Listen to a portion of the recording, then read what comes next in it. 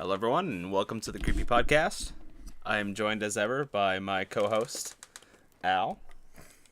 Hello. And we have some more creepypastas for you. So, Al, as usual... I went down the Micropasta road. Yeah. But I actually decided to look up some other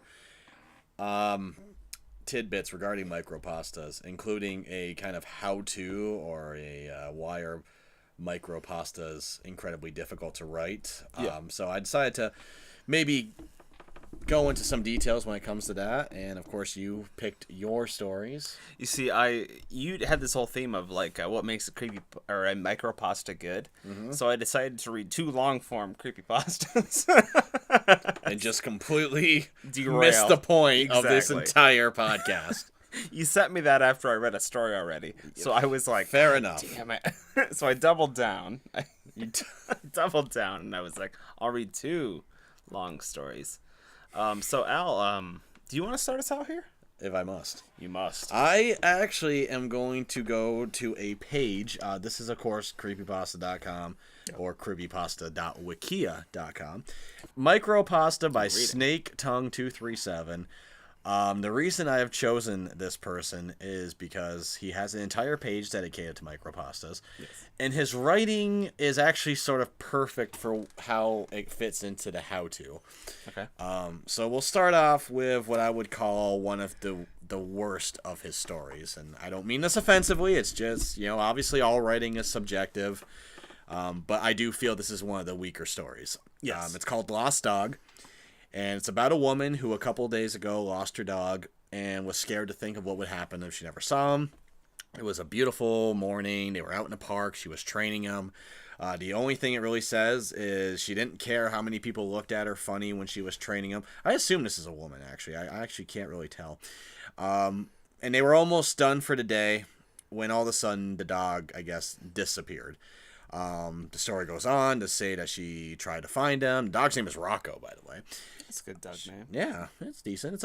It's actually specified that it's a pit bull pit bull boxer mix. There we go. That is Sarah's dog. Really? Pit bull boxer mix. Is it named Rocco? No, it is named Ladybird. Ah, well, see, the story would have been a little bit more. Wouldn't that be crazy if it's Ladybird? That would have been okay. That's big King of the Hill fan. Anyways, so the dog gets lost. An old senior citizen finds it, calls her up. I'm gonna assume it's her. I don't know why. I just am. You're making a lot of assumptions here. I know. This is why we can't do podcasts. They calls up the person, tells them that they found it, and then for some reason decides to ask this person if they would like him to feed the dog beforehand. And the person's like, no, just bring him to me right now. Tells the man the address. He brings over the dog. Apparently the man's name is Garrity, and then thanks him and leaves. Well, then at the end of the story, I'm not even kidding, in the last two paragraphs of this micropasta, it says, I lead the dog down to the basement, turn on the light. The man tied up on the other end of the room instantly begins to scream through a rag in his mouth. It'll do no good. The walls are completely soundproof. That's what he'll get for lusting away at women who are far too young for him. I give Rocco the motion, and he lunges forward and mauls the man, just like I showed him in training. As the blood flies, and the flesh tears, I turn and begin to mount to stairs, going for a pick and shovel I keep in my kitchen cabinet. Now, keep in mind... Now that I know this now, I'm actually kind of annoyed.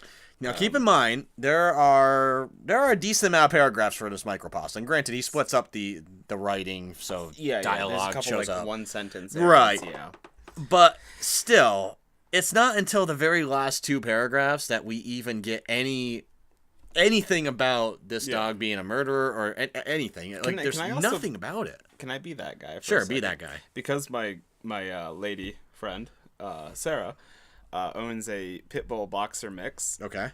And pit bulls get kind of a bad reputation. Fair enough. Kind of annoying that they had to specify that it was a pit bull. You know what I mean? I mean, to be fair, it could have been any dog that was large. But like, you know what I mean? Yeah, but like that's an annoying. But they went with pit bull. They had pit bull boxer that mix for this. Like, I know that's just me being very right. Like, no, I hear you. You know, it's weird because if you were literally take out the last two paragraphs of this creepypasta story, there would be no creepypasta story. There'd be nothing in here to say that this is a horror story in any way. Up until Just a story. it would be like if you played the entire movie of It, and at the very end you saw It as a clown. Like if the whole movie was just about the kids like doing random stuff, and they were just hanging out, and then the last 30 minutes a clown shows up and just turns into a giant creature and kills them. Like that would be the equivalent of this story. It's just weird. I would kind of like to see a movie that's like Pretty Woman for about 99% of it, and then like the last. And then Freddy Krueger at the last 1%. I would love that. That would be a great twist, but only because it's funny, not because it's actually It had a to be great comedic, twist. obviously, you know what I mean. But So, this actually fits into the how-tos of the creepypasta. okay, And so what's like, why doesn't this micropasta work? And then the guy goes in to explain a plot. So obviously the story does have, to an extent, a plot. A woman is missing her dog and trying to find him. So there is a plot to be had. Now, the plot is kind of weird in that sense. I mean, it's not weird, I should say. But actually, the plot is simple, I guess I can put it. Here's where it gets to be kind of dark. Is this not dark, but it goes off rail. Yeah. Suspense and mystery. There's nothing here. There's no element of buildup.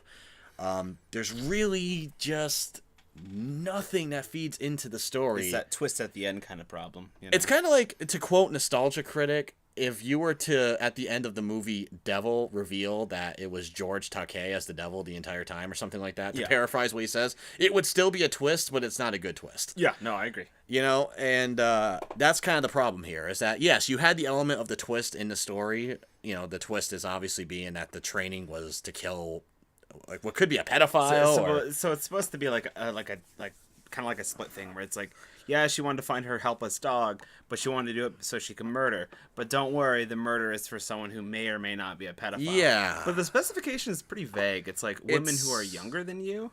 Yeah, so it could be a boyfriend that may have just cheated on them. Like an 18-year-old even? Yeah, or it could be a pedophile. It could be... It's pretty vague. It is. It's vague. And to an extent, vagueness and mystery do play a part, but it's not the right part. Yeah. In this story. I feel like that kind of specification is good for like early on to say lusting for women too young for you, but then to show later on, oh, this person's crazy. They were just dating someone who is a couple years younger or something like that. You know what I mean? Right. It's a very strange, and actually, usually I try to think, well, what could have saved the story or what could have made it better, and this is kind of one of the ones where I'm not even really sure what they could have done to really build up any elements to it. It sounds like to me that they wanted to just put a surprise in the end. So they just kind of thought of something. Yeah, they wrote a story. I feel like the whole story should have built up. Like, if you're going to do a twist, you need to have subtle hints that the twist is coming. Yeah. The only real subtle hint was that people looked at them funny when they were training in the park. Yeah. And to be fair, I mean... Yeah, I mean, any training you could do in a park could give you funny looks. I mean, it doesn't have to be... I mean, unless the person's literally at the park going, kill him, rip the throat out, sick him! Yeah. Die! And we were saying that if you were doing that in the park, someone would call them. Yeah, I'm pretty sure someone's going to be like, we should probably call them out on that. Yeah, exactly. So that's my first micropasta. And just to kind of get you, anyone that's listening, an idea, in case they are really unsure of how micropasta is, a micropasta is a story that's shorter, and this is where we debated. This person say 300 words. Jake, you've heard 500 words. Yeah. But it's somewhere between 300 and 500. Yeah. So I mean, either way, that is a very short story. Right. It's a short, very, very short story. And it still needs a plot. It still needs an element of build-up and mystery. But oftentimes, description and imagery is very, not basic, but it has to be very... It needs to be less descriptive, and your plot needs to be very clear and concise and uninterrupted. It has to flow from start to finish. Yeah. It's kind of like your beginning has to flow right into your ending. Like, it can't be one of those where you break for description, description, break for description. You don't have the time in a micropasta. If you have a 1,000-page novel, obviously you can. Right. Yeah. I mean, look at it. I mean, not that it's a horror story, but look at like Lord of the Rings. Yeah. I mean, they take a lot of time to build description of it. And then obviously at the end of all the stories, you're like, wow, that's such a rich universe. Right, exactly. But with a horror story, a short horror story, you don't really have the time to be like, well, the hobbits sang the songs of this thing from 300 years and that's ago. why we get annoyed when we see things like mentioning the breed of pit bull or mentioning what they're watching on TV that night, because it's like, It's an unnecessary specification. You know, to say one thing about it, fine, you know, like it's like I'm watching TV, fine. But when you go into too much detail and you only have a very small amount of time, rolling into a the frame third of window season to do of it, Breaking Bad, right? It's like, okay, you wasted how many words of your 300 to tell me this tidbit, and it had nothing to do with the story. Yeah, and I get it that it's supposed to make it more relatable. Maybe that's right. possibly what they're going for, but it really never, to me, I don't know. Like with a short story or a Micropasta, which is even shorter than a short story, you don't really have the time to try to make everything relatable for what they're doing. Mm-hmm. You know, I mean, if you're going to try to make it relatable, I guess it's to build sympathy. But right. And I think this sentence says it perfectly. That isn't to say that creative wording isn't welcome, but don't make your sentences excessively bland. No, I agree. There's no feeling in it, and it's hard to capture that feeling in these kind of stories. And that's kind of the perfect way of saying it, you know? It doesn't mean that you can't play around with wording. It doesn't mean that you can't describe something. It just means that if the description really doesn't fit the flow of the story, leave it out. Like, it's not even one of those things where it's like, well, I got to work it in there somehow. It's like, no, you don't. Just take it out of the story. I mean, the person that of course, they always use the most popular Micropasta, which has been worded so many things. He calls it Mother's Call. I've heard it as Don't Come in the Kitchen.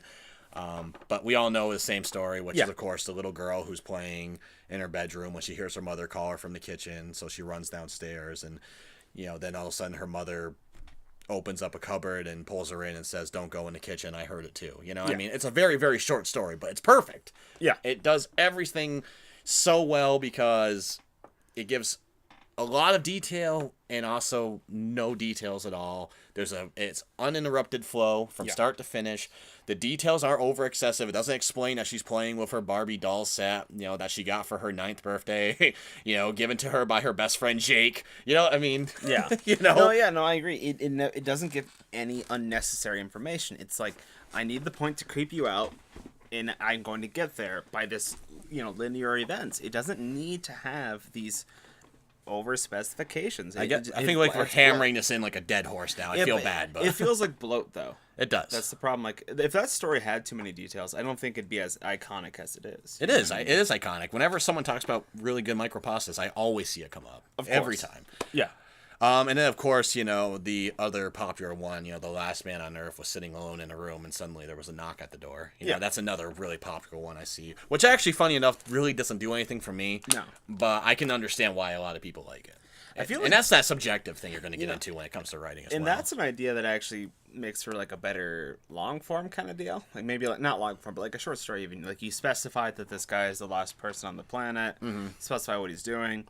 You don't need to go into, you know, too many details, but then you just have a knock at the end, at the very end of the story. That could be creepy, you know what I mean? But the person describes that a micropasta should not be a cause and effect story. It shouldn't be the sun's going to explode and everyone dies. You know what I mean? That's not a story. No. You know, that's a cause and effect that would naturally happen. Yeah. You know, a micropasta should be more focused on, like, if you were focusing on one person 5 minutes before the sun was exploding. So, you know, getting into this person's mind and trying to figure out what's going on, you know, that kind of thing. Or even the feel of dread knowing that they have 5 minutes left on Earth and how they're spending those 5 minutes. You know, something like that. There's a movie with Willem Dafoe.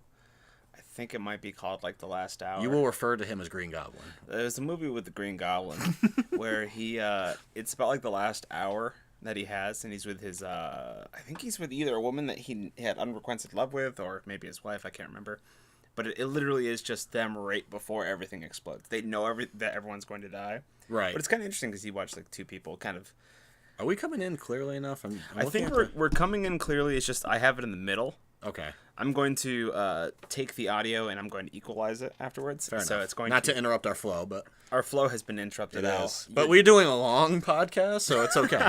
We can interrupt our flow for a second. No, it's going to look that way, but it's going to sound fine when I equalize everything, normalize it. It'll be fair fun. enough. Maybe. Sounds like a good movie, though, to go back to your earlier thing. It's a pretty interesting film. Yeah. So, Al. So let's go to you. So you have tackled longer stories. Yes. I, in typical fashion, I ignored everything Al was doing, and I did my own thing, like an idiot. Fair enough. I went to Thought Catalog and read. It's kind of funny. I go to Creepypasta Wikia, and you go to Thought Catalog. It's like we're Yeah. covering everything from these two sites. We gotta really Exactly. expand our research. We are. The story is called "I Had My Psycho Cousin Arrested on Her Wedding Day," and she's still stuck in prison by Holly Riordan. Dan? Riordan.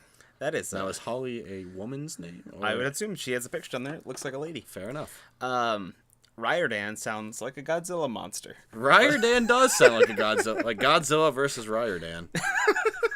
I would watch it. That's mean. If this person's actual last name is Riordan, like we're I making think fun it of is her name. too. She has. I'm sorry, Holly Riordan. She's actually a pretty. But you got a cool last name. Yeah, I wish I had a Godzilla monster last name. Right. But I've read a few of her stories on here. This is the one I chose because to me I feel like it had the best structure. It's I said my worst and you're giving the best. Like poor Snake Tongue. He's just like, really? You picked that one? I had like 7 stories on that page. You couldn't have picked a better one? her story here was obviously this website Thought Catalog tries to make everything sound like it's a real article. Okay. It's kind of their vibe. Until the very end, which it kind of goes into creepypasta territory a lot of times. Right. This one roughly is about a woman who is a bridesmaid at her friend's wedding, or a cousin, and this cousin is into like really dark things. Wants to have the wedding on Halloween, and wants to have kind of creepy stuff there. And the whole thing is it escalates and escalates to the point where she has like she's doing like a slideshow, Okay.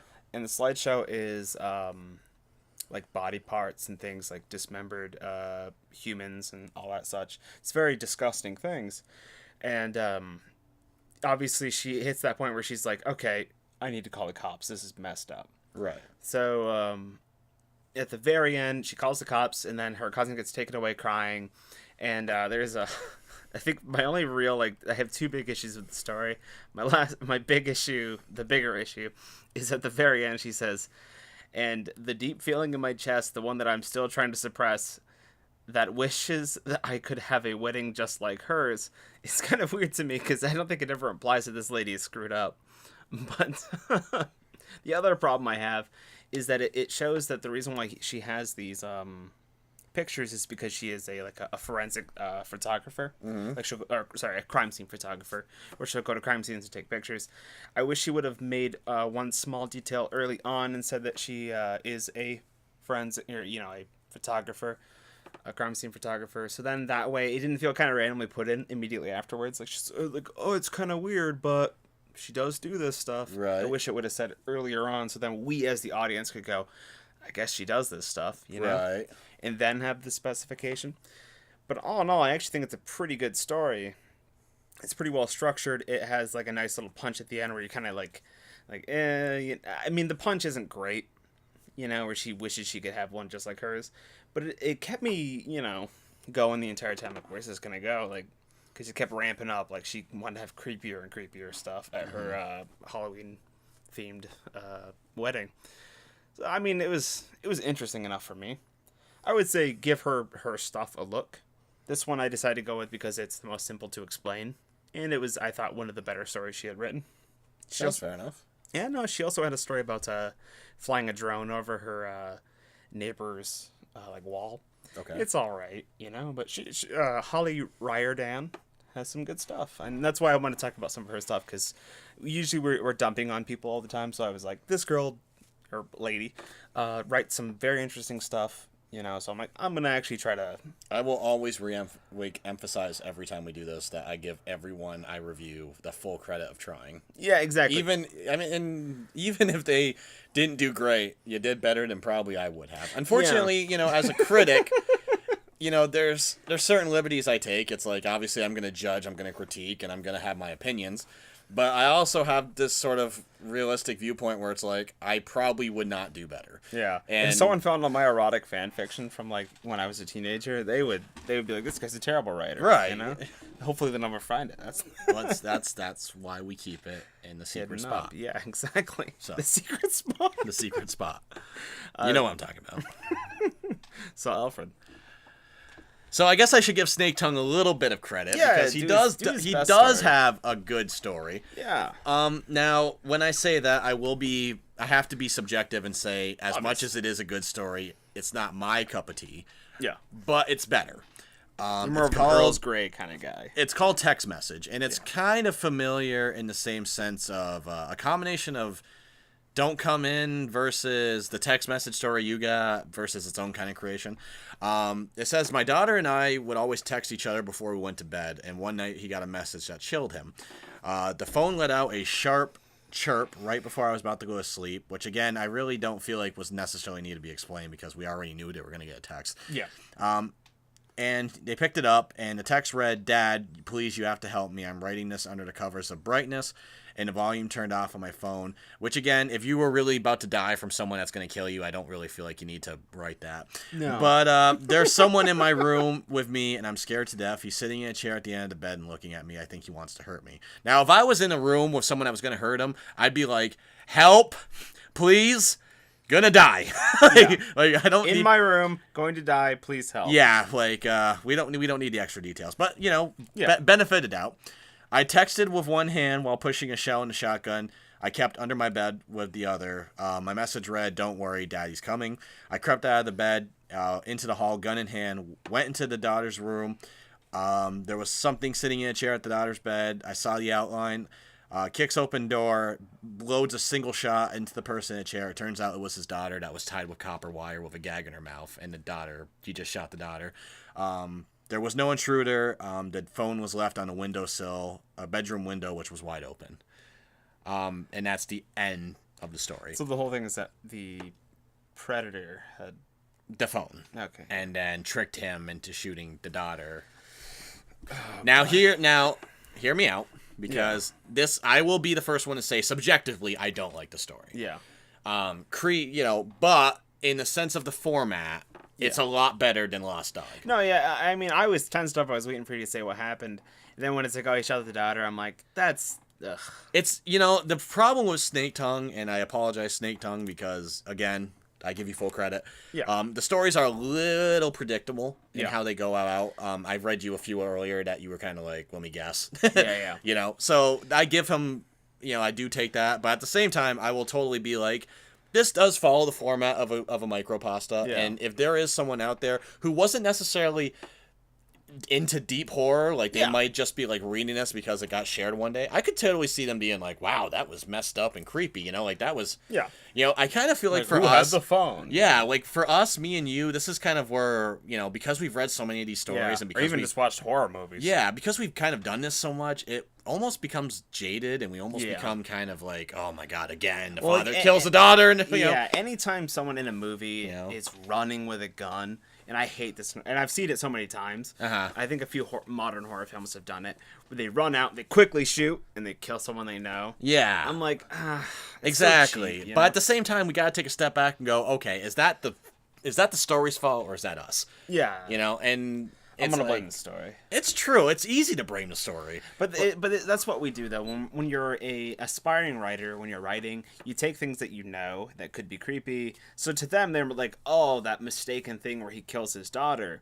That could be terrifying and whatnot. And who has the phone? But to us, very experienced in the horror genre, we're just like, it's very predictable. So I like to do a game that I call "How Can We Make This Better?" As I said earlier. Do you want me to put in like a little song prompt? Sure. Okay. If you want. I'm not going to. Fair enough. What I love to do though is we did it. I think with the bus one. Yes. That I read a couple weeks back, and we did it with a few other ones. I always like to say, well, how could this have worked in a different way? Yeah. That would have made the story a lot more improved. Now I like everything up until I would say he goes into the room and shoots the daughter. Everything. I mean, make it a little less wordy. Yeah. Because he does have a little bit of details that kind of dragged or a little bit bland.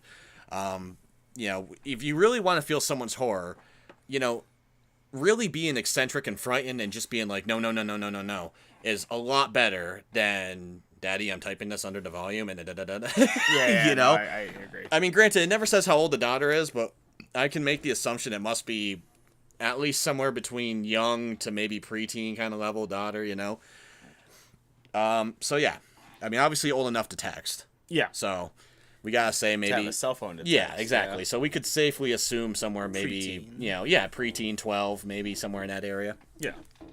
So 12-year-olds Jake, get cell phones? Holy crap! in this world. So Jake, Dad's coming with a shotgun. What are we going with? What do you think? How can we make this better? First off, should Dad even get a shotgun?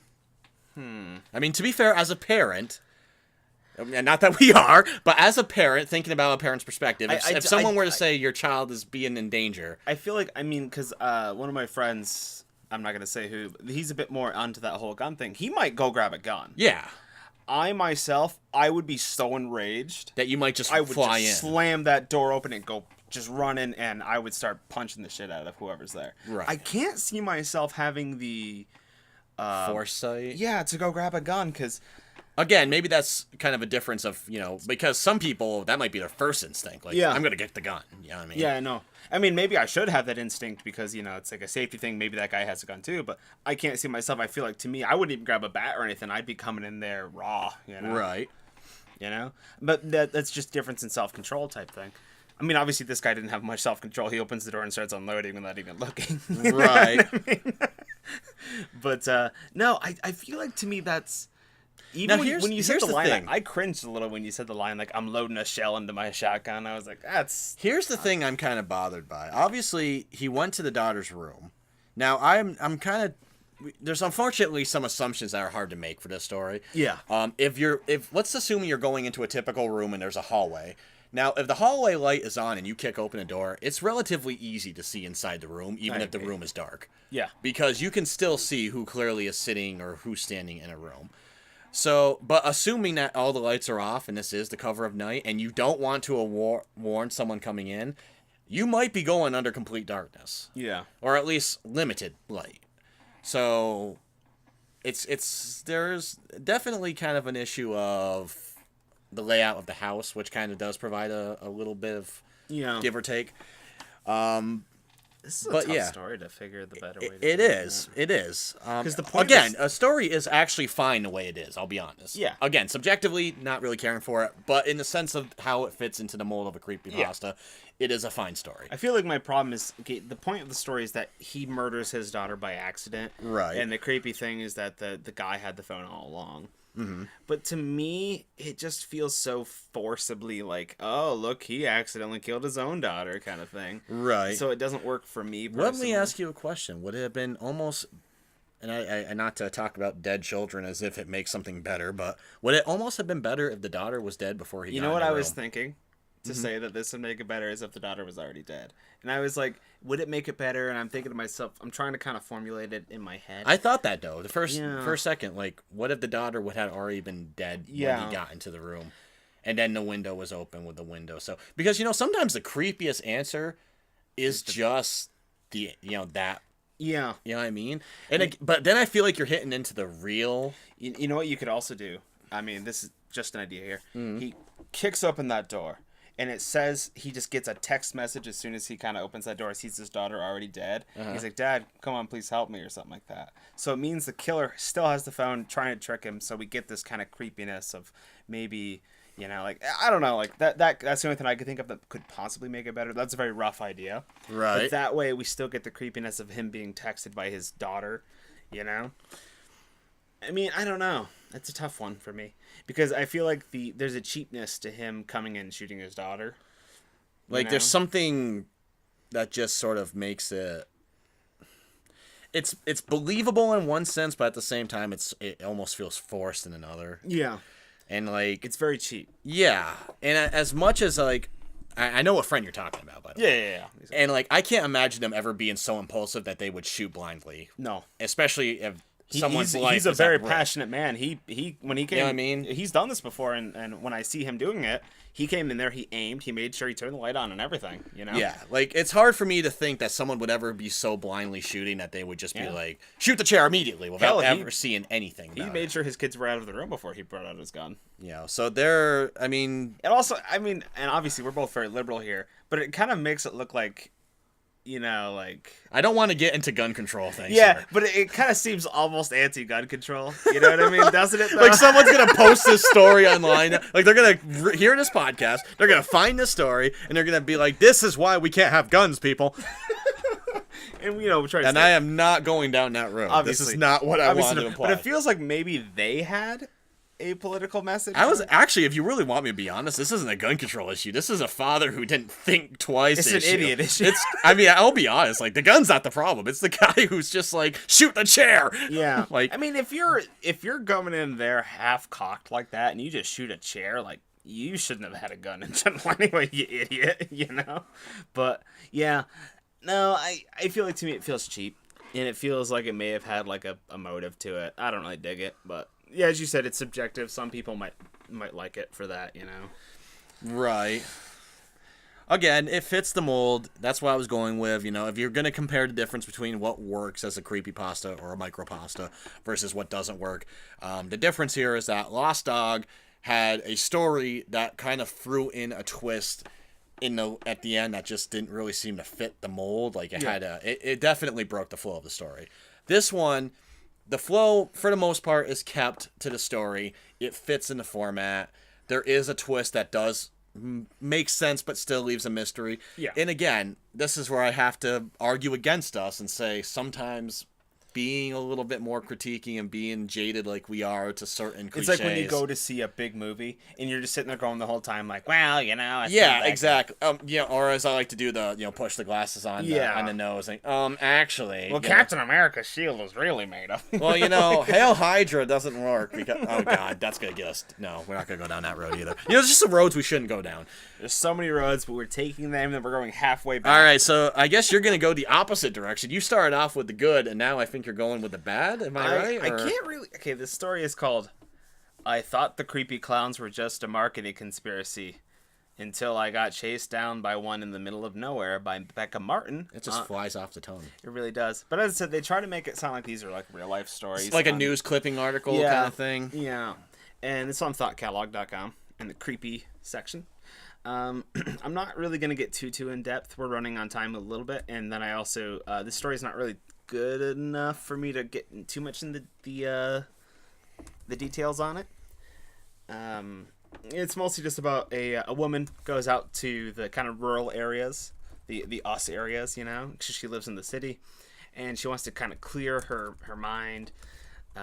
She goes to a gas station because she ran out of gas. She was getting worried. The gas station owner disappears randomly, and then she finds a clown. Clown chases her down. Tries to kill her. This clown somehow the fucking Terminator of clowns. Of course. She drives past him in her Jeep, and this clown gets on the back of the Jeep when she speeds past, and he like kicks down the back window somehow. I think people don't realize just how hard that really is. That really is hard. You have to be a real strong clown, And those, I don't know how. To hold on to the Jeep itself is one thing, but to also maneuver yourself and and also to be honest, I don't think the clown class has a strength bonus. I don't think so either. They kind of follow the same as the bards. Exactly, they're just like really annoying bards. Yeah, pretty much. But anyway, breaks down the glass. She gets out of her car because this guy's in the back of her Jeep. Her car, Jeep. You know what I mean. Was the song Bright Eyes playing on the radio by chance? It was certainly. But so, I'm going to pretend it was. So she runs out. She kicks her shoes off randomly. She specifies that. And she runs through glass that's broken. And then she trips over something. The clown gets on top of her and like reels back and wails and says all she can remember is the black. All she can remember is the fist coming down at her, and then it's all darkness. It never specifies that she lived, but she's writing this, so I don't really know. Yeah, this is the problem with when you want to do the realistic article writing stuff. Yeah. I mean, obviously, if you're telling the tale, then you kind of live to tell the tale. Yeah, I don't know, like, if it's implying that the clown just beat her up real hard, and then she woke up later on. I think I meant turn around. When I was talking, yeah. Anyways, go on. Total Eclipse of the Heart. That's the name of the song. Oh yeah, by Bonnie Tyler. Yeah, that's written by the guy who wrote all the Meatloaf songs, and it was supposed to be for a vampire play. Yeah, I know a lot about that song for some reason. Random fun fact. Yeah, my problem with the story is that it feels kind of goofy, like you're being chased down by the Terminator of clowns, And all I could think of was Sweet Tooth. Yeah, like real buff and stuff. Yeah, like his head's on fire. Yeah, why not? That'd be awesome though. I mean, to be fair, yeah. I mean, if I got chased down by Sweet Tooth, I'd be pretty scared. When I was reading this, I'm like, this feels like the first part of a horror film. I'm okay with that. Okay. I kind of like a slasher occasionally. It doesn't do anything for me as a short story, but it wasn't incompetently written. I think that's the thing I actually like about Thought Catalog is it feels like these are like people who are. I'm going through the trash pile over here.